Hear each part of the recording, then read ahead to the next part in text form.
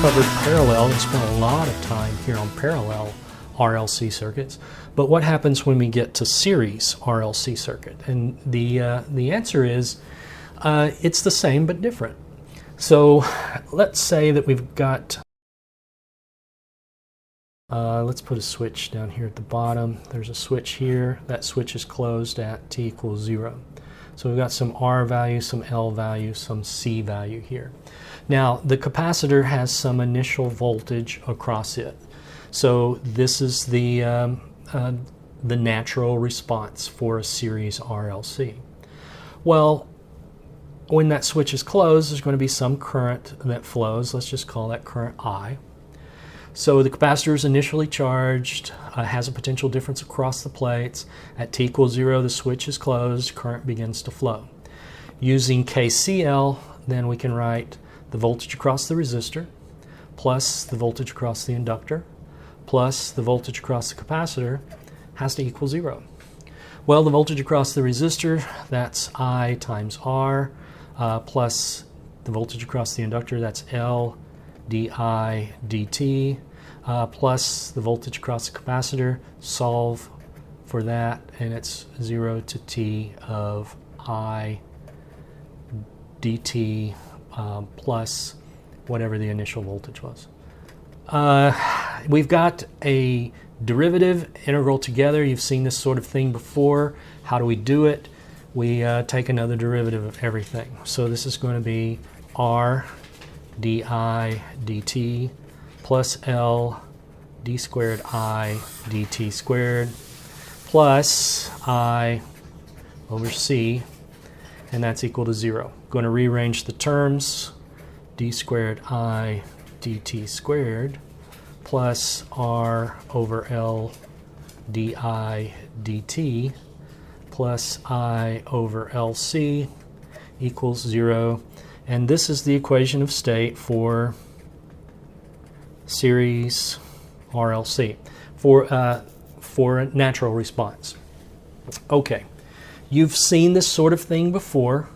The coefficients are certainly different here. You'll see there is a little bit of difference between the way the coefficients are put together. This is for I as well, and we've spent a lot of time working voltage equations and so forth for this. But if you were to go through, find the characteristic equation, assume a solution, find the characteristic equations, and go through exactly the same sort of thing, you're going to end up with 3, how many? 3 solutions here. There are going to be the overdamped, the underdamped, and the critically damped. You determine if they're over, under, or critically damped based upon exactly those same criteria that we had before. Is alpha squared bigger than omega squared, omega naught squared? But here's what you're going to discover. There is a difference here. And the only difference is in the Nieper frequency. We're not going to go through this. The Nieper frequency is going to be R over 2L. Now previously alpha was 1 over 2RC. This is for parallel. This is for series. If you can make that distinction right there between those two, then everything else is exactly the same. So if you're able to solve one of the previous problems, then you're able to solve this one as long as you keep in mind that this is the difference right here. That's the only difference. So what does that mean? That means the current is going to be of the form I final plus the natural response. And the voltage, which voltage? Any one of them. So this is going to be V sub C or V sub R or V sub L. It's going to be V final plus the natural response. All right, now this is the natural response type. There's not a voltage source in here, so the final current here is going to be 0. The final voltage is going to be 0 across every one of those components. The reason is because this radiates away energy at a rate of I squared R. So that's energy leaving the system. Eventually, all of the energy is going to leave the system. That's the nature of the natural response, that the energy is decaying. Okay? All right, now that is the only difference. So let's work a problem.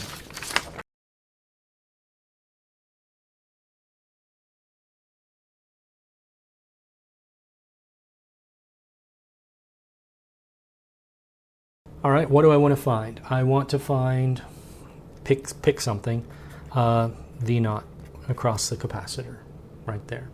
Okay, there's no initial energy present. This is the source. This is going to be a step response. Now, we didn't go over this, but you know how it's going to fall out. It's going to be V naught. This V naught here is going to be V final plus. We just need to figure out what the natural response is going to be. We also need to figure out what the final voltage is going to be here.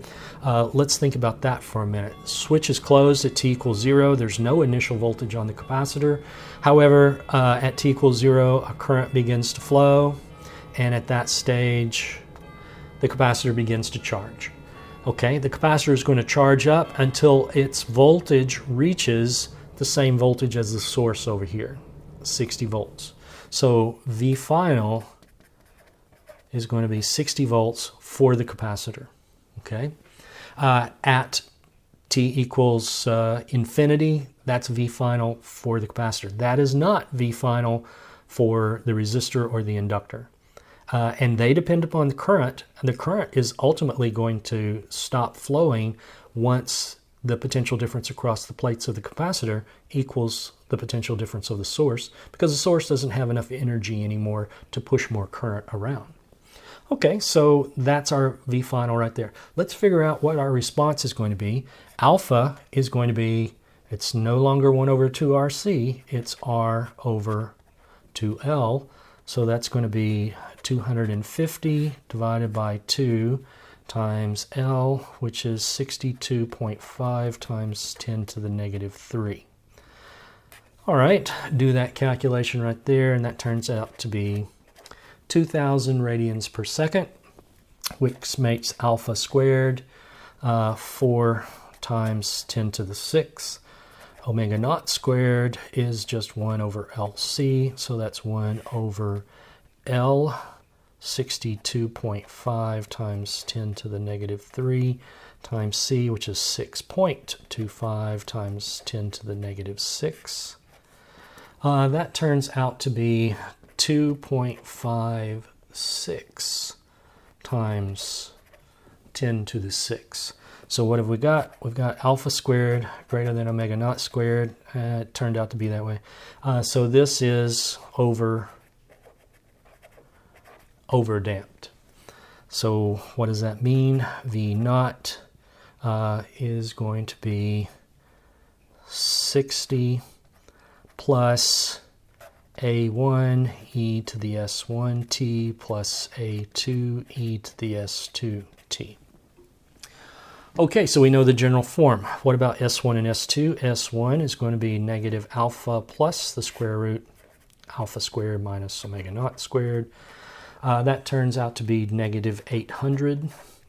S2, negative alpha minus the square root alpha squared minus omega naught squared. That turns out to be minus 3,200. And you know what S1 and S2 are now. Okay, we need to figure out what our coefficients A1 and A2 are. You rely upon the initial conditions. So what is the initial condition? What is V naught at 0 plus going to be? Well, what was the initial voltage before t equals 0? And it was 0 because there was no energy in the capacitor before t equals 0. So immediately after t equals 0, it has to also be 0. Why? Because you cannot have an instantaneous change in voltage for a capacitor. Okay, so this is equal then to 60 plus this evaluated at t equals 0, which is just A1 plus A2. So there's one of our equations right there that we need to evaluate A1 and A2. The other one, dV naught dt, evaluated at 0 plus, that's going to equal I sub c evaluated at 0 plus divided by c. Okay, well, what is that going to be? Well, if you'll think about the fact that there was no voltage before t equals 0, no voltage after t equals 0, then you expect dv dt evaluated at 0 plus to also be 0. Okay, is that the case with the current? Well, initially at t equals 0, remember there's only one current here for all of these elements. At t equals 0, the inductor is going to stop any kind of current flow because it's going to create a back EMF that's going to, at least at 0 plus, not allow current to flow. So yeah, it does make sense that I sub c at 0 plus is going to be 0, therefore this dv dt is going to be 0 as well. Okay, and this is equal to the v function, the derivative of the v function evaluated at t equals 0. So this is going to be a1 s1 plus a2 s2. There is the other thing. So you've got your two equations, your two unknowns. You should be able to solve for a1 and a2 out of that. When you do that, a1 turns out to be negative 80. A2 turns out to be 20, and both of those have units of volts for this one. So what does that mean? That means now we can jump to our final solution for V.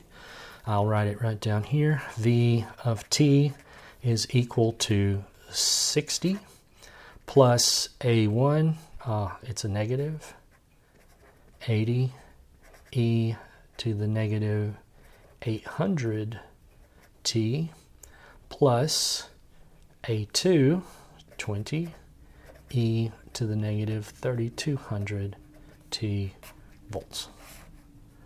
There is our final answer for the voltage across that. Okay, now from that you should be able to go forward. Let's say you wanted I sub c. I sub c is going to be c dv dt, specifically v sub c right there. Okay, well, this voltage here is V naught. That is the voltage across the capacitor. So this is really V naught right there. So you take the derivative and you can get your answer for I sub c.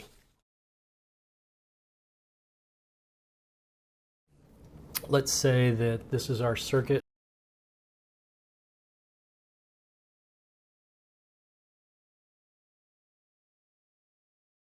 Okay, what we're interested in finding here is we want to know what is the voltage across that capacitor there, and let's say what this current is here.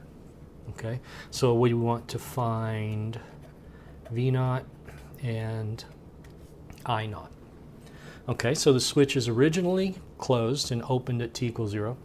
So it's been closed a long time before t equals 0. Now think about what's going to happen if that's the case. After the switch is closed for a long time, the inductor is going to behave like a piece of wire. So there's going to be a current that flows through here. Any current that flows through here is not going to be impeded by that inductor. Also, after a long time, this capacitor has become charged, and it's become charged to the point where no current's going to flow over here as well. Since there's no current flowing over on this side, because the potential across that has to be the potential at across those two nodes right there. And remember, after a long time, this behaves like a piece of wire, so the voltage across this is equal to the voltage across that 500 ohm. All right.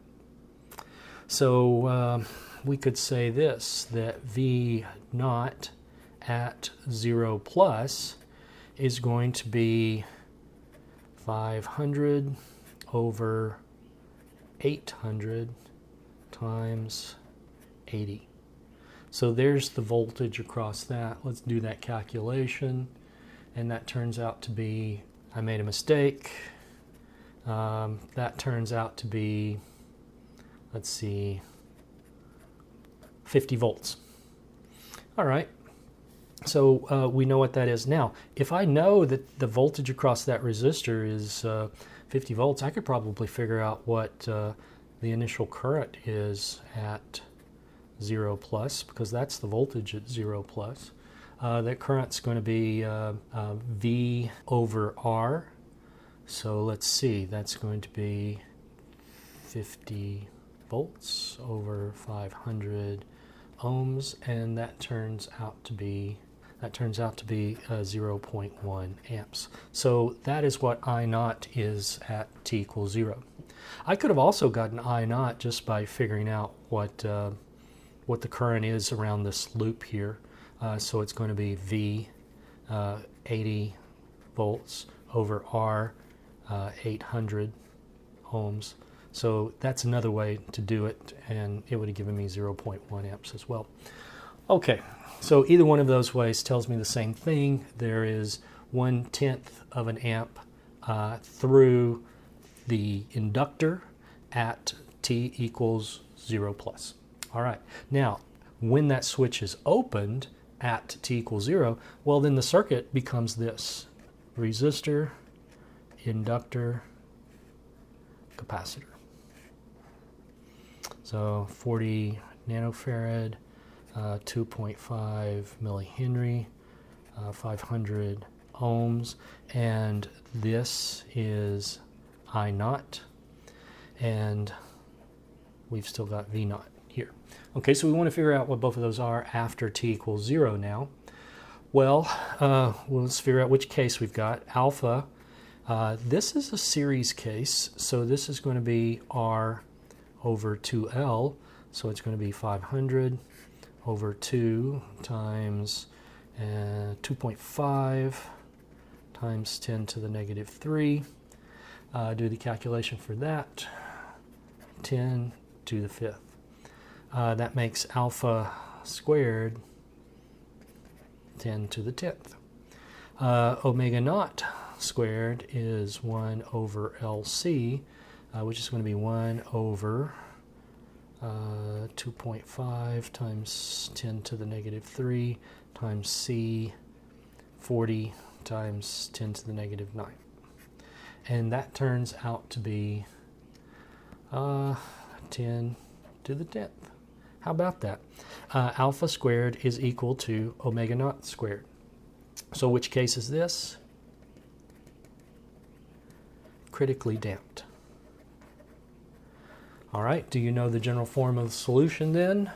For both of our quantities, it's going to be exactly the same.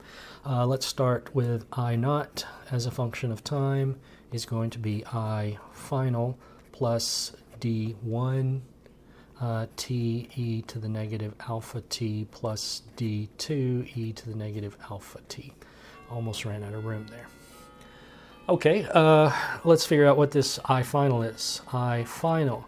Now this is I final here. So here, what is that after a long period of time? Well, after a long period of time, remember this dissipates away energy.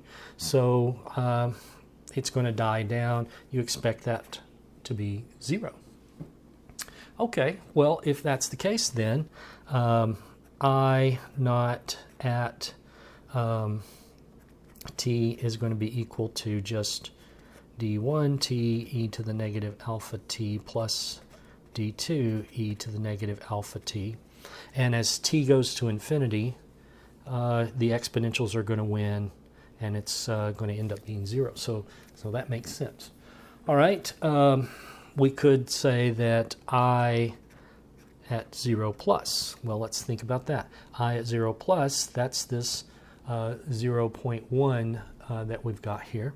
So this is 0.1, and that's equal to, evaluated at t equals 0, the first term goes away.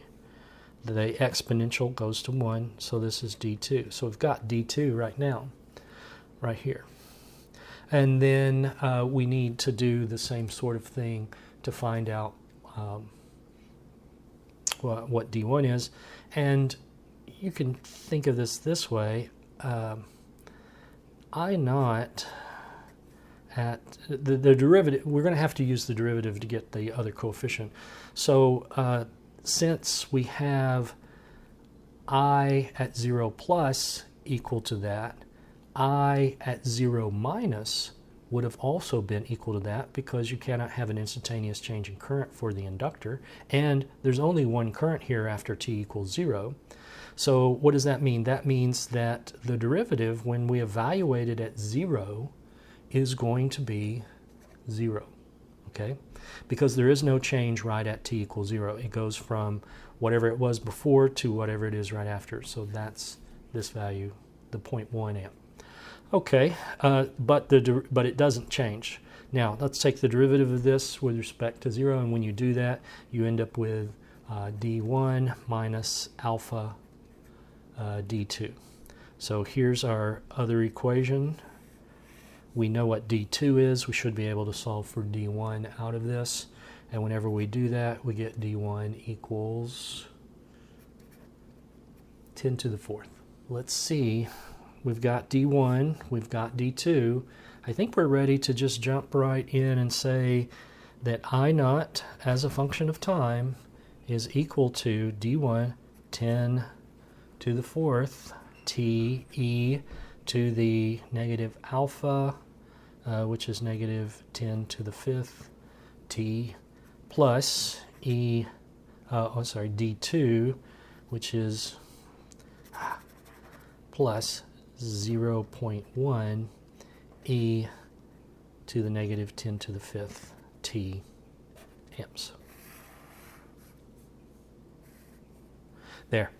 So that's what it looks like for our current. All right. Now we're also asked to find the voltage, and that's the voltage across the capacitor. You realize there's only one current for our loop here, so multiple ways to get it. We could say the voltage across the capacitor, which we've called V naught. Let's just leave it V naught. Is of this form: V final plus the natural response, and the natural response is going to be, you could name these coefficients anything you want, d3 t e to the negative alpha t plus d4 e to the negative alpha t, like that.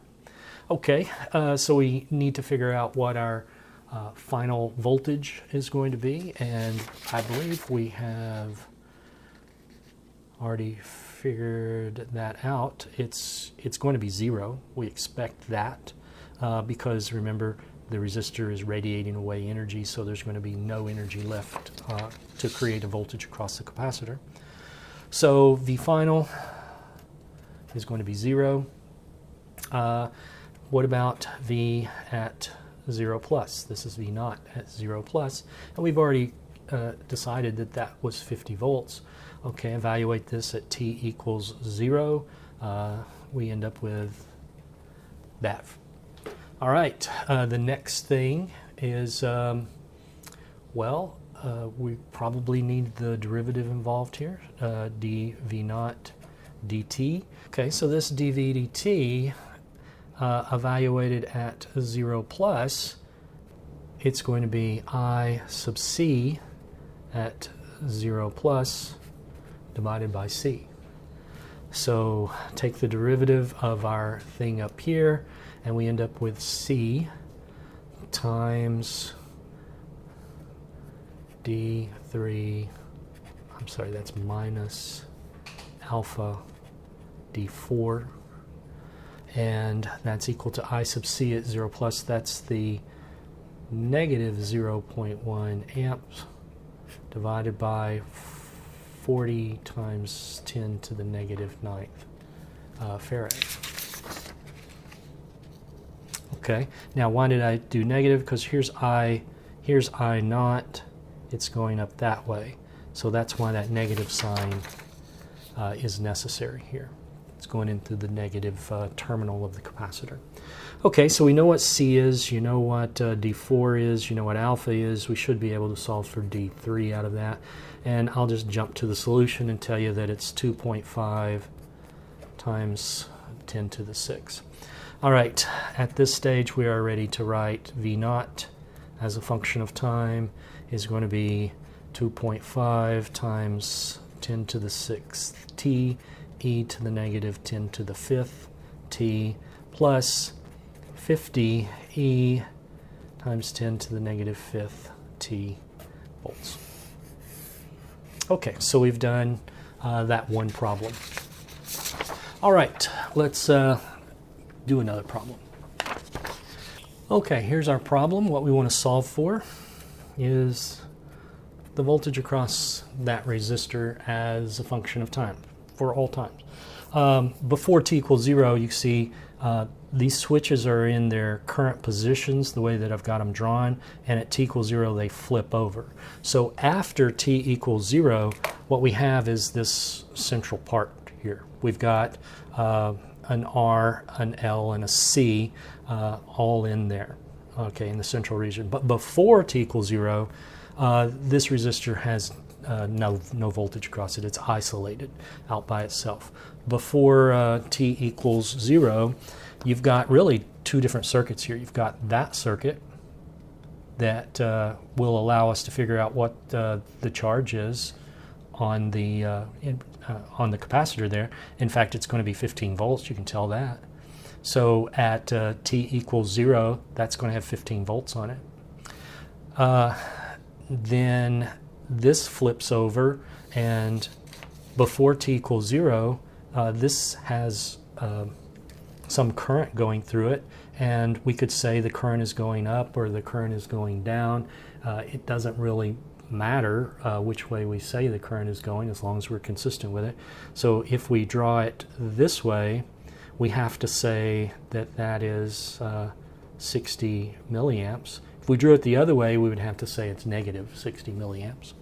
But since the switch is over here, and after a long time, the inductor is going to behave like a wire, so it's going to have all the current, and it acts like there's a short then across that. Okay, so we really have some of our initial conditions figured out just by looking at it that way. Before t equals 0, the voltage across the capacitor at 0 plus then is going to be 15 volts. And we can say that this current, I naught, is going to be 60 milliamps going up through it like that. Okay, and we got that from isolating the two sides here. After t equals 0, then we end up with this as our circuit.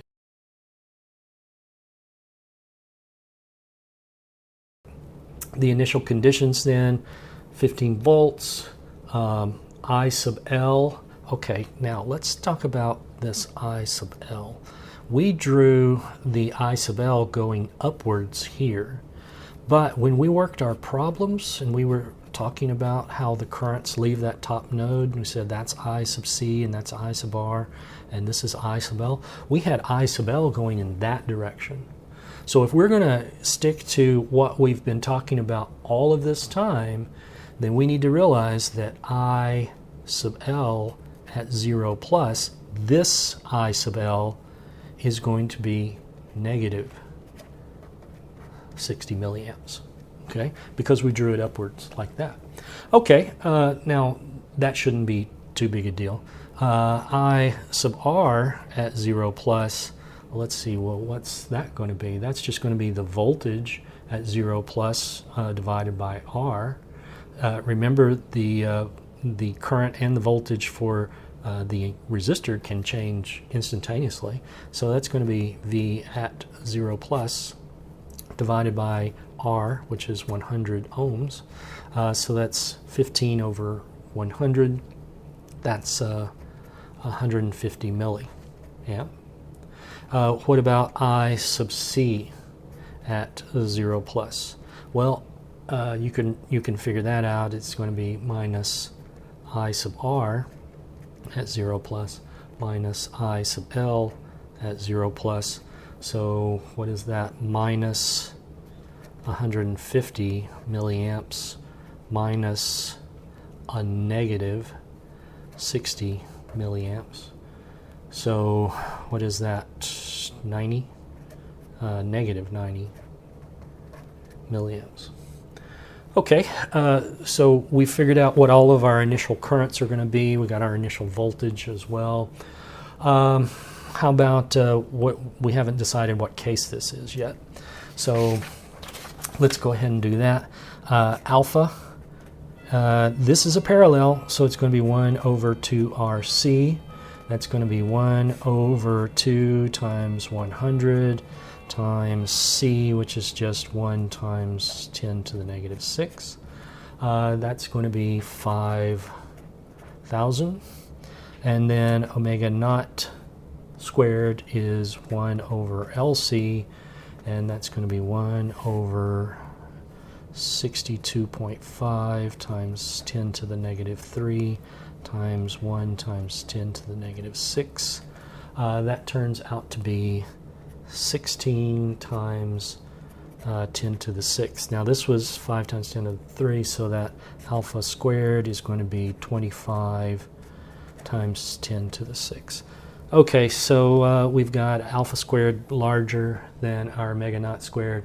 That's the underdamped case. So V naught is going to be V final plus A e to the S1t plus A2 e to the S2t. Okay, our V final, we've already, you probably can figure out what that is, and that's going to end up being 0.